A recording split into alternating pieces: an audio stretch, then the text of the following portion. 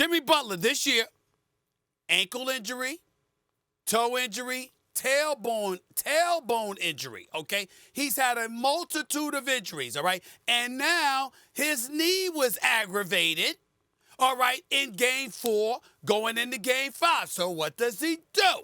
Okay, you've got enough horses there. You got a 3-1 lead. You're back in Miami, and you said, okay, take this rest. Not only that, keep in mind, because players have said this, and they as much as I get on them about this, because I can't stand these guys missing so many damn games, enough is enough. You're right about that. You know how I feel about it.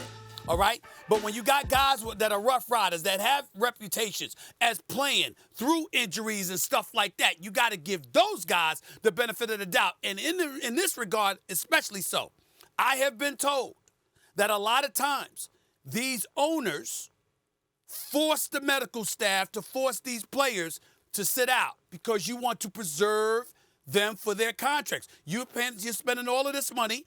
You don't want these guys out there in what you deem as unnecessary. There have been times where players are fighting with the strength and conditioning guys, with the medical staff, with the executives who don't want them to play, and they're fighting to play. This notion that players could just snap their finger and get out the court or get out on the court, regardless of what the organization says, in some instances, that's applicable.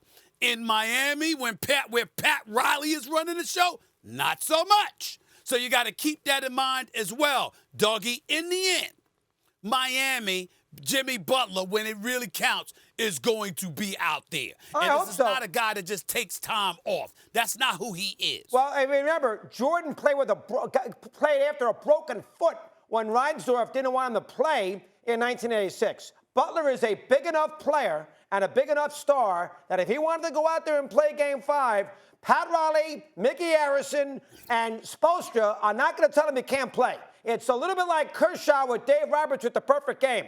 Kershaw's good enough and big enough star to say, give me the ball, I'm pitching the bottom of the 8th inning. And he didn't do it. He shouldn't have come out. But he shouldn't have come out, right. Now, Butler's the same situation. You mean to tell me if yesterday Jimmy Butler told...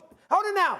You mean to tell me that if Jimmy Butler in a playoff game, this is not Sacramento in January, a playoff game, he didn't say, hey, Eric, I don't want to go back to Atlanta. We almost lost as it was, 97-94. We got Larry out.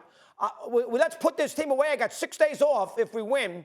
I'll figure out a way to gut through the game. You're telling me that Jimmy Butler couldn't tell that to Spoelstra? I don't buy it. Now, he's a big star. I don't buy that. I'm sorry. No. He's not DWade. He's not LeBron. Oh, no. That's not this. Jimmy Butler's a star, but he ain't on that level.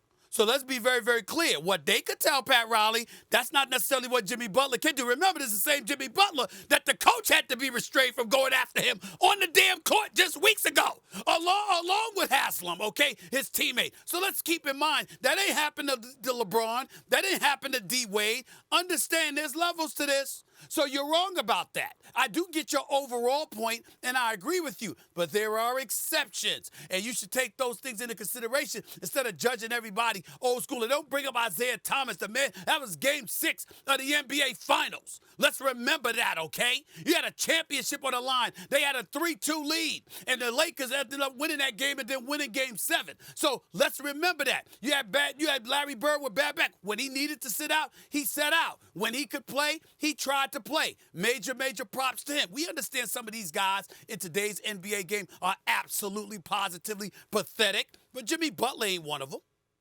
If it was 2-2, would he have played? Yes. If they were down 3-1, would he have played? Yes. All right. So why doesn't he play a playoff game? I think so. Oh, come on. An elimination game he would have played. You know that. No. I mean, no. He wouldn't have played in an elimination game at home? Are you kidding me? No, he would have played. He would have played in an elimination game. Absolutely. He'd have been there.